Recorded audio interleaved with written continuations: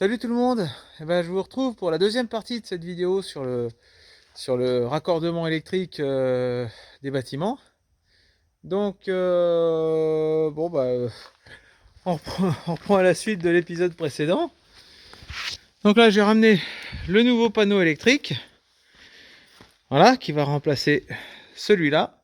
Donc le seul truc qui sera récupéré, ce sera cet élément-là qui commande, voilà, d'un côté le stockage à plat, de l'autre côté mes 4 cellules qui montent jusqu'à la toiture, jusqu'à la passerelle. Aujourd'hui, ça c'est sans filet, c'est-à-dire que c'est uniquement l'inverseur qui fait aussi le rôle, qui joue aussi le rôle d'interrupteur. C'est pas top. C'est pas top, c'est pas fait pour. Bon, ça fait plus de 30 ans que ça marche comme ça, donc c'est pas fait pour, mais ça marche quand même. Donc moi je récupère cet élément-là d'inverseur que je vais coller ici avec un petit restylage, hein, un petit grattage peinture évidemment. Et du coup, il y aura la commande pour la vis de fosse avec sa prise ici pour récupérer la fonction. Comme ça, je récupère l'interrupteur de démarrage pour la soufflerie, pour la ventilation d'état. Ce sera assez intéressant, ce sera double fonction pour un seul interrupteur de démarrage. L'élévateur, avec un interrupteur un peu moins puissant. Et la vis horizontale, comme c'est le même moteur que la vis de fosse, du coup c'est deux trucs de démarrage assez puissants, hein. Donc là ça c'est des 6 à 10 ampères et ça doit être un 2,5 à 6 ou 2,5 à 4. Enfin faudra que je monte là-haut, vérifier la puissance. Parce que bon, il sera pas trop question que l'élévateur s'arrête en plein remplissage de cellules, ce serait assez embêtant.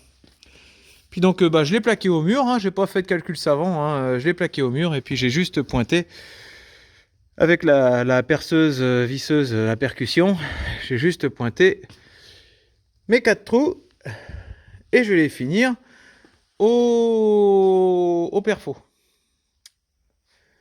Et j'ai mis une plaque par-dessus la fosse pour les 2-3 petits éboulis, mais bon là ça va être que de la poussière, ça va pas être, voilà, on peut pas y faire grand chose.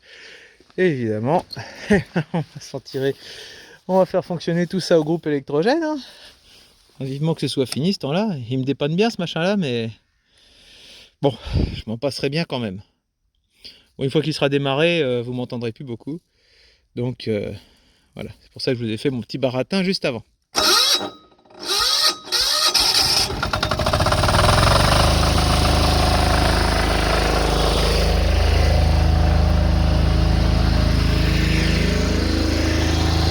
Et on vérifie que ça marche.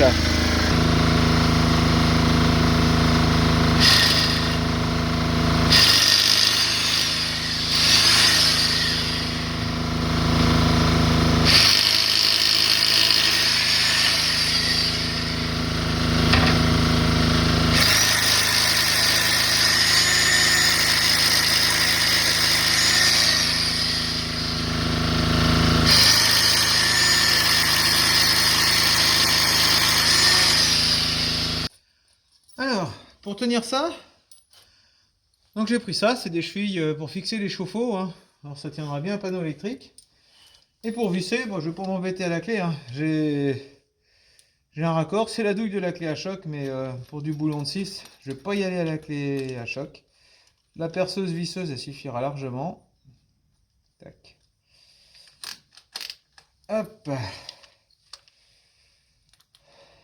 Voilà, on va présenter les chevilles et visser ça. Si ça veut bien tenir.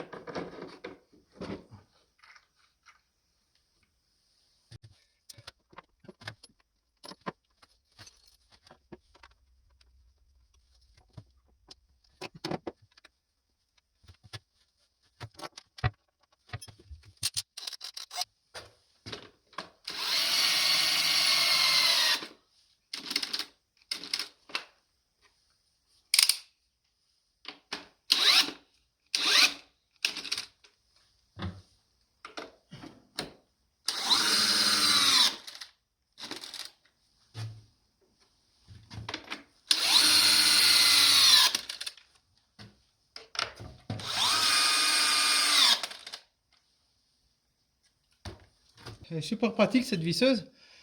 Elle claque pas comme, les visseuses d'entrée de gamme. C'est une limitation de couple de serrage. Voilà. Et elle s'arrête tout simplement. C'est vachement pratique. Alors maintenant, il va falloir que je m'amuse à faire le passage de câble. Je ne sais pas encore de trop comment je vais procéder. Est-ce que je vais laisser le câble complètement apparent? Est-ce que je vais essayer de faire une nervure là-dedans pour essayer de l'intégrer? Je sais pas trop. Hop. Toujours est-il qu'il va passer comme ça. À peu près. Voilà. Alors, petite surprise en meulant. Comme je m'attendais, je trouvais bien que c'était un peu lisse la paroi là. Bon bah en fait on a un fer en U. Je vais le faire passer légèrement au-dessus en fait. Tout simplement, hein, je vais le faire passer là. Donc le panneau est posé. Le fil principal est rentré. Celui qui pendouille, il va falloir que je coupe parce que ça sert à rien qui reste en place. Et puis du coup, donc le fil principal, il descendait de là-haut. Il longeait la poutre pour redescendre de ce côté-là. Bon bah maintenant, il arrive toujours de là-haut, mais par contre, il descend ici. Voilà. Donc avant, comme l'alimentation se faisait en extérieur, bon bah là du coup elle se fait par en bas, hein. C'est le même schéma. Bon bah ça fait le tour de la porte, j'ai pas trop le choix. Parce que après toute l'alimentation repart par en haut pour repasser sous les toits comme c'était avant. D'ailleurs on va aller à côté. Hop. Et le câble, on le retrouve là-haut avec le boîtier qui est ici, hein. Donc il longe la sous-toiture pour repartir dans ce coin-là sous la toiture, et ensuite il alimente le hangar par un passage en extérieur, voilà, qui ressort ici en haut du mur. Hop. Ça descend ici, ça passe sous l'entrée, et voilà. Bon, quand je vois l'heure, à mon avis, j'aurai pas encore l'électricité ce soir. Mais bon, on tient le bon bout. Le plus gros est fait. Donc là, je vais rabouter dans le boîtier de dérivation qui est ici, dans le boîtier de raccordement. Et ensuite, il y aura la même chose à faire sous la toiture, dans le grenier, là-bas. Voilà. Sauf que dans le grenier, déjà qu'il va pas faire trop jour, voilà, on y verra plus clair demain matin. Bon. Eh ben, je viens de remettre le courant. A priori, tac, ça fonctionne.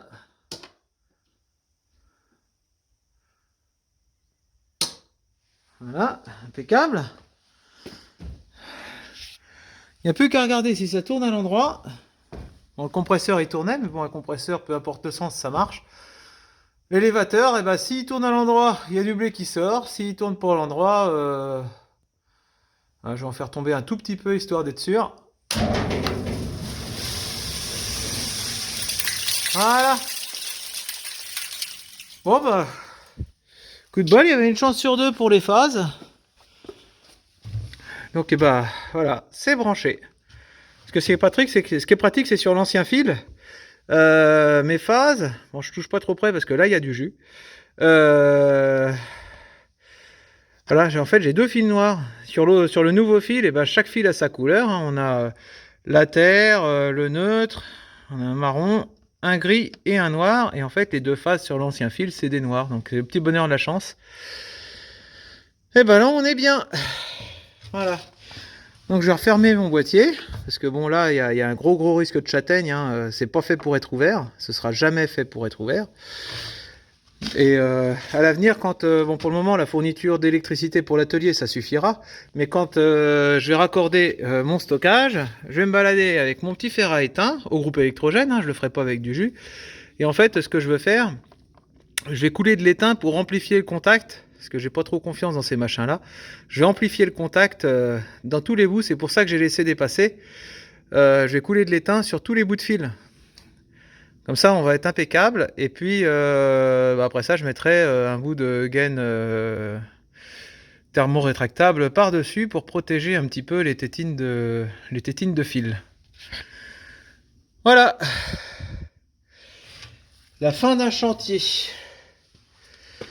Ah bah ça va faire du bien de récupérer du jus à l'atelier. Hein. On va aller vérifier que tout fonctionne aussi à l'atelier. Bon, le compresseur il a fini de tourner, il s'est rempli, donc là je l'ai entendu s'éteindre. On va aller vérifier au moins si l'éclairage fonctionne, les cuves à fioul, tout ça. Hop, alors, mon petit panneau d'éclairage. Donc ici, c'est mes lumières. Et ben ça fonctionne.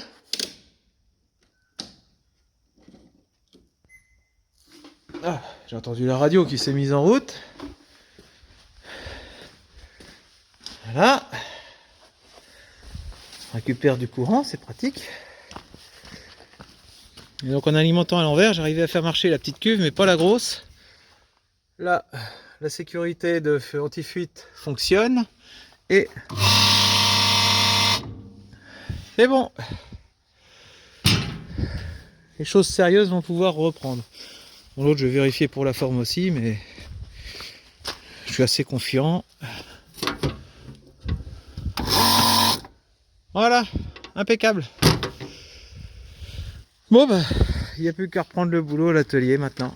Puis arranger un petit peu tout le bazar que j'ai étalé à gauche à droite et évidemment reboucher ma tranchée. Bon alors, je me suis colmaté les raccords de tuyaux à la mousse expansive.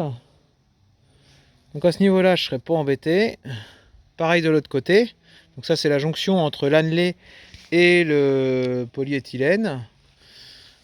À ce niveau-là, je suis un peu mitigé. Je ne sais pas si je vais le faire ou si je vais remplir plutôt avec du silicone ou enfin quelque chose qui pourrait, on ne sait pas de quoi l'avenir est fait, mais quelque chose qui pourrait se décoller un peu mieux. On ne sait pas si un jour je pourrais être amené à changer le petit raccord là. Donc voilà, on prévoit jamais assez et si ça peut être démontable, ça pourrait être pas mal. Donc là, ouais. On verra peut-être une autre méthode ou avec du papier journal. De toute façon, ça va être enseveli, ça. Il n'y aura pas d'accès direct. Ce sera juste un truc pour que ce soit pas la terre qui rentre dedans. Mais c'est tout. Tandis que la mousse expansive, bah, ça a tendance à coller un peu. Donc, si j'en mets, j'aurai du mal à récupérer le truc après.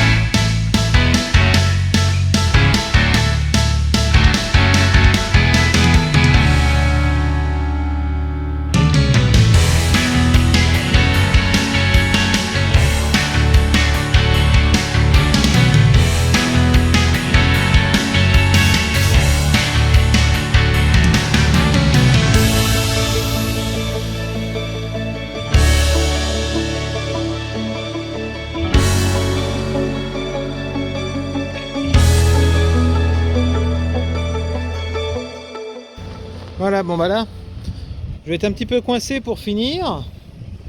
Bon déjà, ça fait vachement plus propre. Donc là, j'ai pas voulu toucher à ça parce que j'ai des gros cailloux. Mais le problème, c'est que ma remorque de gravat est pleine. Et faut que je coupe du bois pour...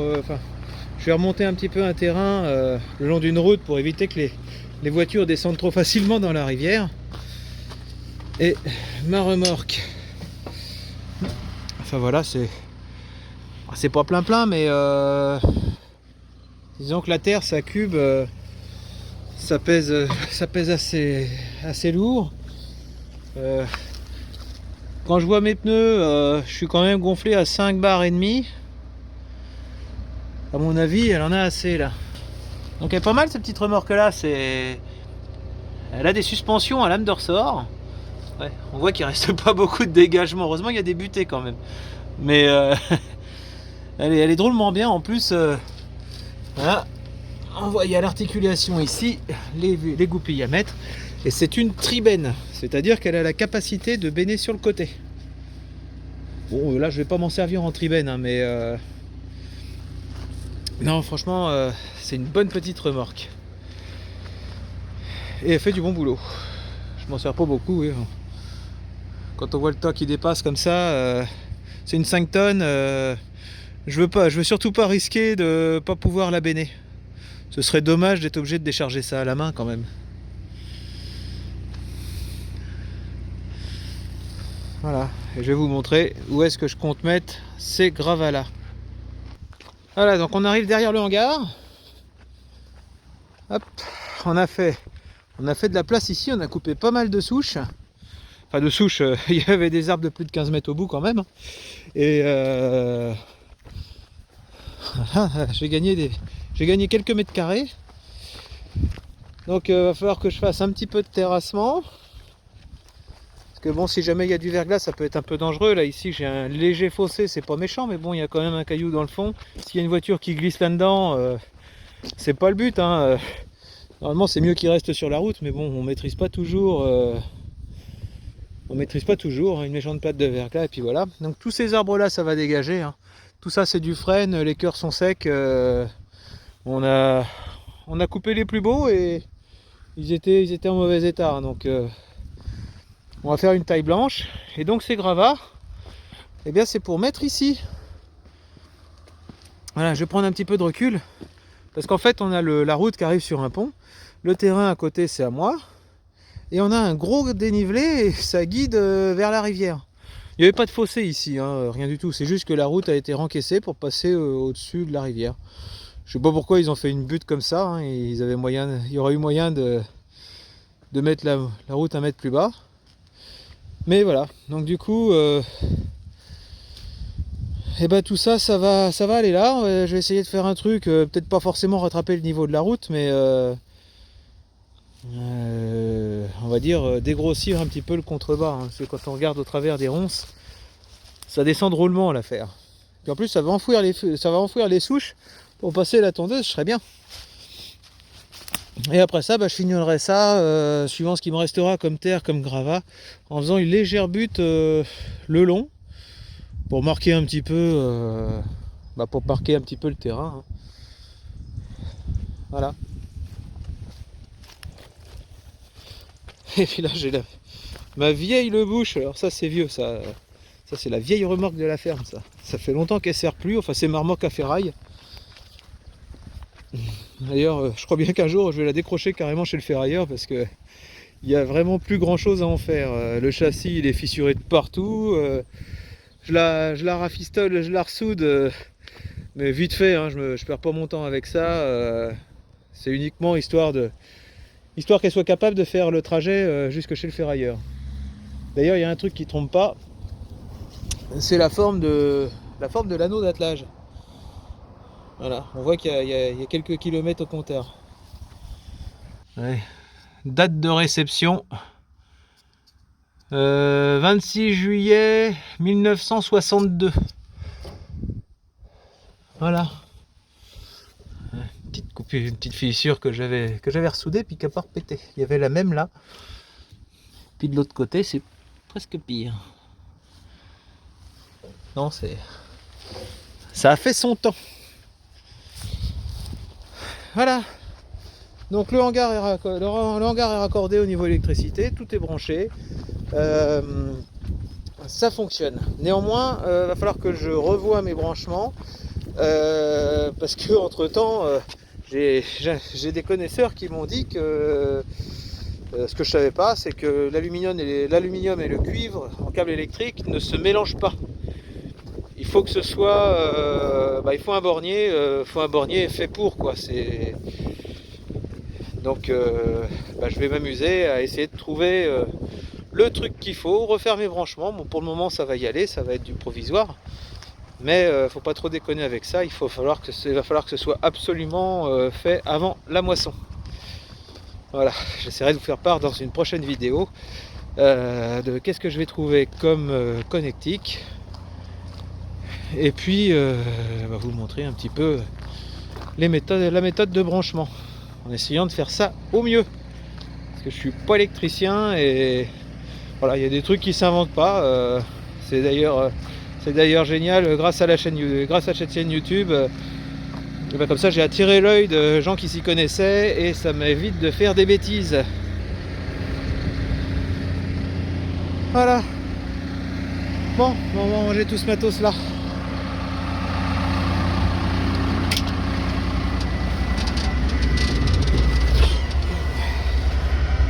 Bon voilà, c'est la fin de cette vidéo. Merci de l'avoir regardé, j'espère que ça vous aura plu. N'oubliez pas de vous abonner, le petit like, enfin la petite musique habituelle. Et puis moi je vous dis à bientôt pour une prochaine vidéo. Et attention, la prochaine fois il y aura du lourd parce qu'on va revenir sur le Valtra et ses jantes. Et je suis très content du résultat. Bon, il me reste encore les pneus à remonter dessus, à réassembler les jantes, les voiles, les masses, les voiles sur les jantes avant. Mais la peinture est finie et le résultat il est impeccable. Allez, à bientôt et d'ici là, portez-vous bien.